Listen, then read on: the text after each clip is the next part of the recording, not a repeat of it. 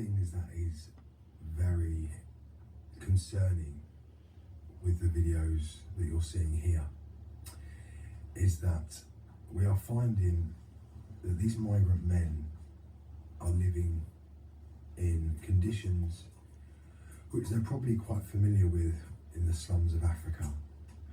And when you think about what would then happen to their mindset when they are introduced to the westernised world of England or Great Britain, the problem is that these men come from countries that have serious issues in terms of the way they treat women, their living standards, their mindsets, their thought process. That is why it is very concerning that people are coming from countries, and in most of these countries, you've got to understand, there are some prolific wars happening. Islamists are murdering countless Christians and natives of Sudan, Nigeria, and even Syria. So when we think about these men coming into England, the concern is their mindsets are the issue. To bring men from third world countries into communities in the UK, it's just asking for issues. And those issues are now flourishing through the whole of England, the United Kingdom, be it the murders, the sexual assaults, the gang rapes, the rapes. And as you can see, at the extent of it, that these men are willing to live in these conditions. So we need to be mindful and understand where they're coming from and how they're getting here. And that's something that we're going to be doing next. There's a lot of mention of Paris. They're coming from Paris. So I think we need to go to Paris and see what's going on.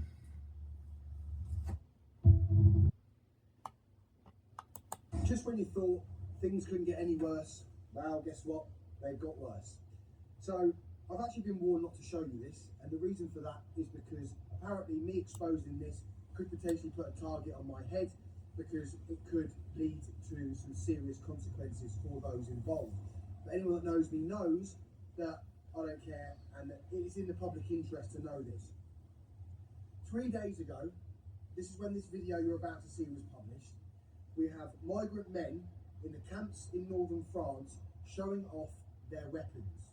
We're talking Glocks, handguns. We're talking about conversations between migrants and the traffickers, talking about the fact that they're not very happy with the way they're being treated here in the UK. And they're getting very frustrated with all the protests and the backlash that they're receiving.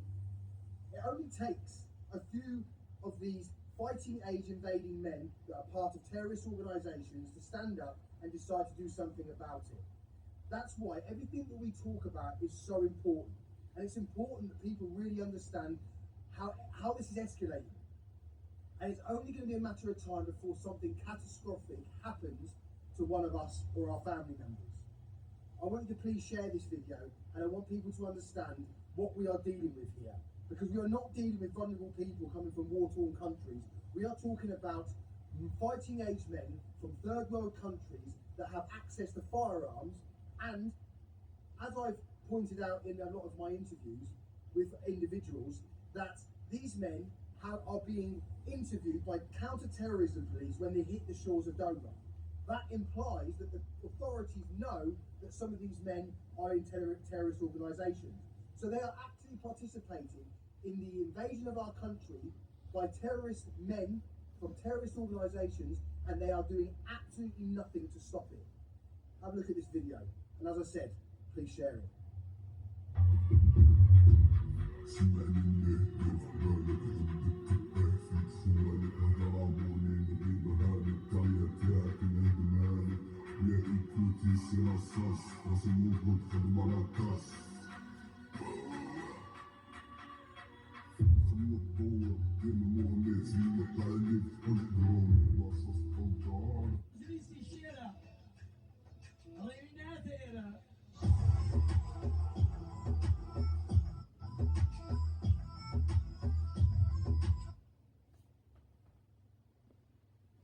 Sent some videos from a guy called the Nowhere Photographer, and oh my goodness, it is gold.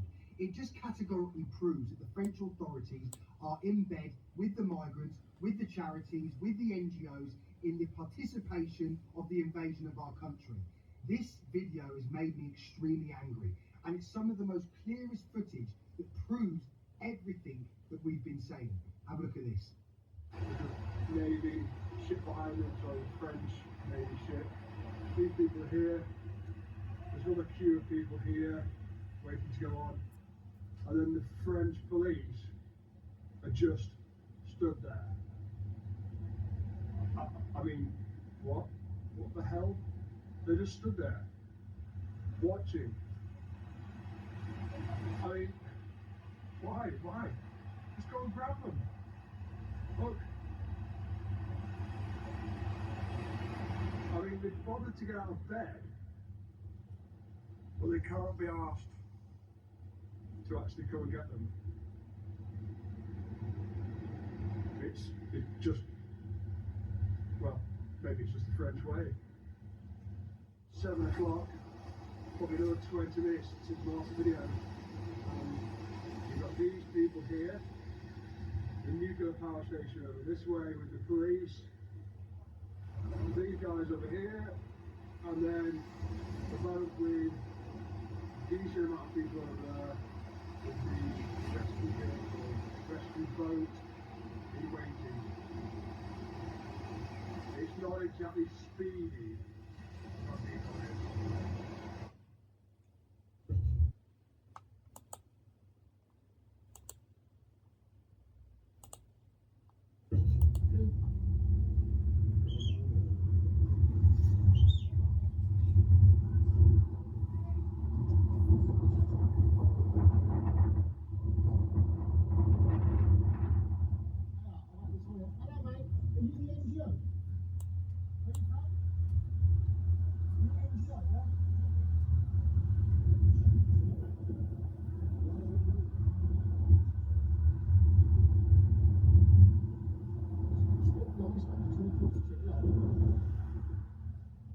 From Holland, you moved back from Germany. Holland, Germany, yeah, we've heard that. We've heard a lot about that. Denmark, okay. So you guys are Kurdish Iraqis. So let's tell me about these gangs of people. There's no gangs. No gangs, really. This is good for you to tell me this. So, because we are told in England that you guys are brought over by gangs. It's not true. It's not true. You can just come in wherever you want and you can be free, you have your own stuff, you get to this part of France and then you come and you have your own court. So who helps you when you get here? Nobody can help you.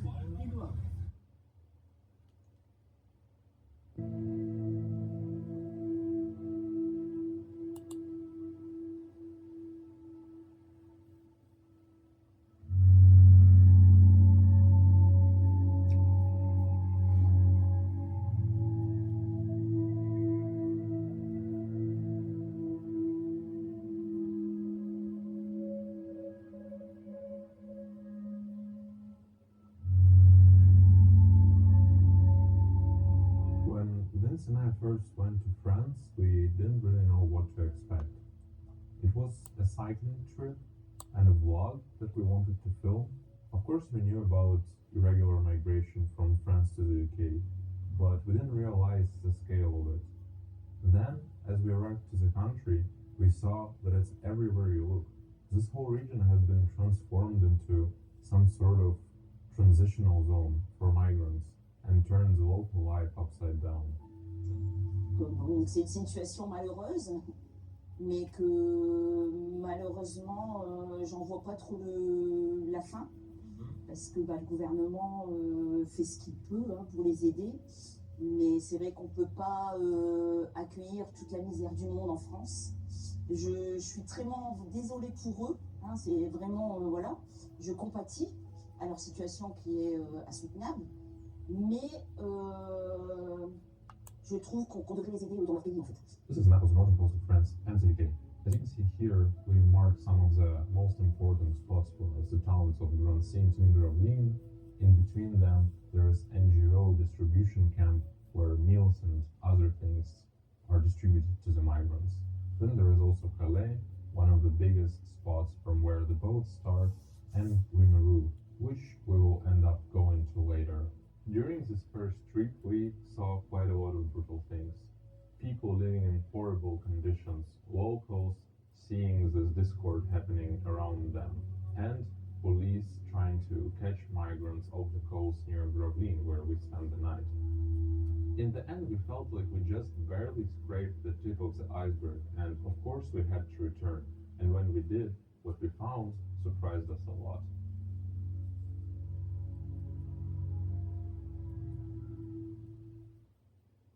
Upon reaching the border of Gravelines and Lumplage, we discovered a pile of documents left behind by a migrant from Sri Lanka.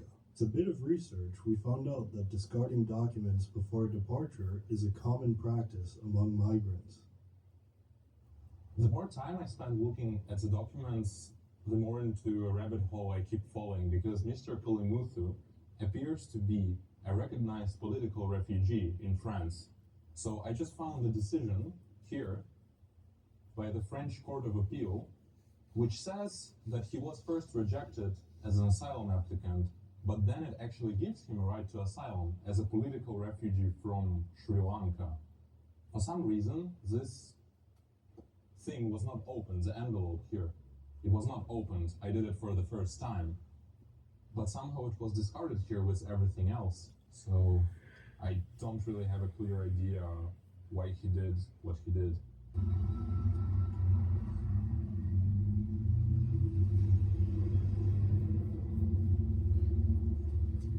These are the outskirts of Grand Saint and Lone Plage. There are two stops here that you can reach by bus, which are kind of close to the camp that we will be heading to in a moment. There is not directly a stop at the camp, so you will have to walk quite a bit, and we already see a quite big presence of what we think are irregular migrants. After stopping near the Grand Synth shopping center, Cosmos and I made our way to the camp, which is located about 10 minutes away by foot. On our way, we couldn't help but notice the trash that littered the route. Nothing had changed since our last visit. Once in the camp, we couldn't believe the amount of people that were actually there. The number since our last visit had visibly increased, most likely due to the winter approaching quickly. We also observed some instructions in multiple languages for migrants to follow after reaching the UK, as well as improvised shops set up by migrants to sell goods from a champ to inhabitants of the camp. After discreetly filming some more clips of the camp, we made our way to an NGO worker to ask some questions. But unfortunately for us, we were about to find out that they had been coached to not interact with journalists.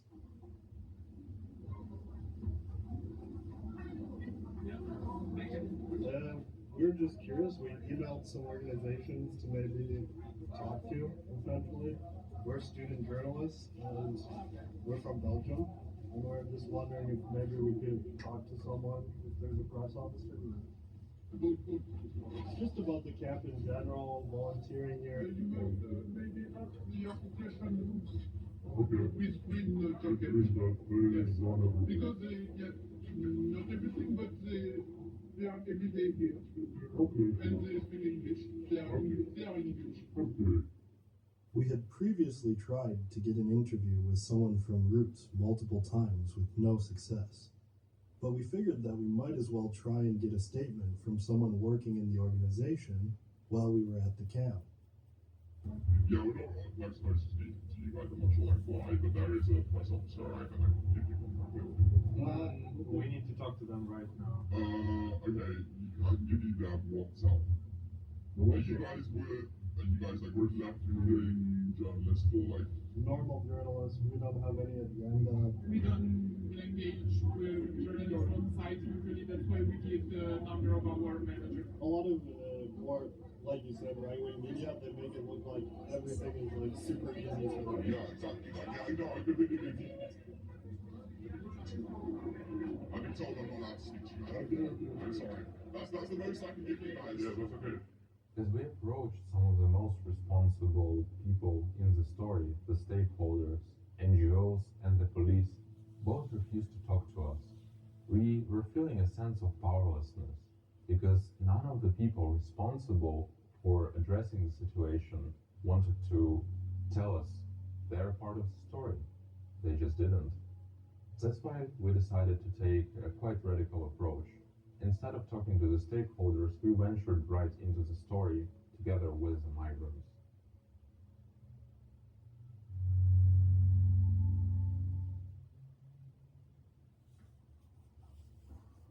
After previously planning to go to Loon Plage to get some more interviews with locals, we saw a group of migrants with life jackets, seemingly bought at Decathlon, boarding a bus in the direction of Calais. So we ditched all of our old plans and decided to follow them. So the bus driver is having some sort of like concern about letting us out. yeah, not us, but you know. Us.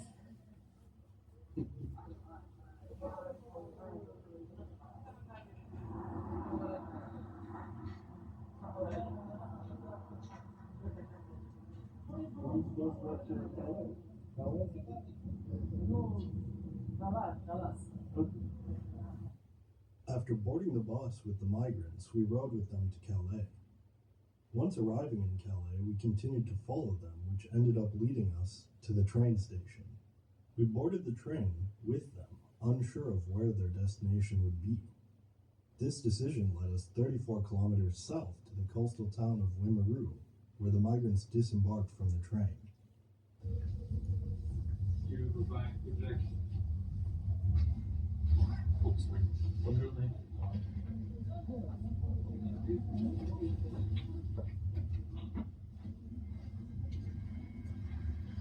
What do you think about all of this? There's nothing to do. You know, the police officer, they put them inside the train. What do you want to say? We're journalists, we're investigating. It's always like that. So the local police has just arrived, and now there's 3 policemen who first asked me who I am. After explaining that I'm a journalist, they went back to the migrants where they're sitting at the moment, and they're talking to them. I'm not sure what this will end up doing, but I'm currently here sitting and just watching how that goes. After roughly 3 hours of waiting, the migrants got up and started to move with the French police chasing them. Naturally, we continued to follow. What do you think about the immigration in England? Most of them are not going to stay there. They are going to Scotland and Ireland. And what do you think about that? I understand if you want to escape an unstable situation. I think if people see what you have to do to go there, they would understand. Because it's not fun. It's not fun. You know the rest, you know the problems, you know the difficulties. So we support that it's okay. They have the right to manifest against us because they want to live in their own home, in their own homeland, with security. Most of the immigrations they think wrong. Most of them are not coming for normal life. That's the point. So it's been about 10 years when I'm in Europe. Whoa, yeah. Which countries? France and Italy. Okay, we are living in Belgium, yeah. Yeah. You're living there. You probably can see. No. No. Yeah. French. I stayed there. And I had problem. So I passed about 10 years in the process, and I didn't get the statute to stay there until there is no security and stability in the Middle East. Then we all went immigration. Personally, I don't have any problem with nobody. Pakistan or Pakistan. But the government. But it's not legal government for us. Government is a revolution. It's not a government, and it's even not a revolution. It's an agreement between the countries that they came to the power without nothing. They had nothing in their hands, only one gun. That's all. Below the process. You cannot manifest there because if you manifest will be disappeared from the scene. Do you know where we are going at the moment? It's my first time that I'm coming and I follow on. Okay. One of us has the location and we are going to stay there for a moment, for a whole night maybe, and yeah. What I learned from them, they're not dangerous, that's all. Okay. We are not dangerous. You're gonna experience, and you're not in the forest with us, you're sleeping in the tents, you're living bad condition, sick. Were you in Blue Plage? We're in close to the Ranke. We're not far away from there. Because we were in Blue Plage yesterday and we saw the conditions and it's not good. Yeah, there's no water, nothing for people. Sanitation problem. Yeah. This is not the end. The end is when we get there. The start is when we get there. I have to forget all about 10 years that I have passed here. And I talked to the police, I see them in there, about 10 years. I'm going to leave. He said, why you're going to leave? I said, actually, by about 10 years I didn't visit my family. I didn't get the statue to visit my family. And I didn't want to leave my family. No. Nobody wants to leave their country at the end of the day. As your students, when you're in Belgium, you're not at your home. No. No. You're just coming to people are friendly, they are good. They have good culture. They are respected. The only thing that I remarked about the European countries and Christian people, they're well educated. They are in superior level of education because there is no war and they are developed. And our problem is different. I have a positive mind about the Europeans. Although I didn't get my statue in 10 years, I have no hate, nothing against them. It's my life, it's my choice, it was my chance. What we were told off camera was that our Afghan friend paid 1,300 euros to a smuggler. Likely the same smuggler who told us not to film earlier on in our journey with the migrants. 1,300 euros for a dream. That's what that really is.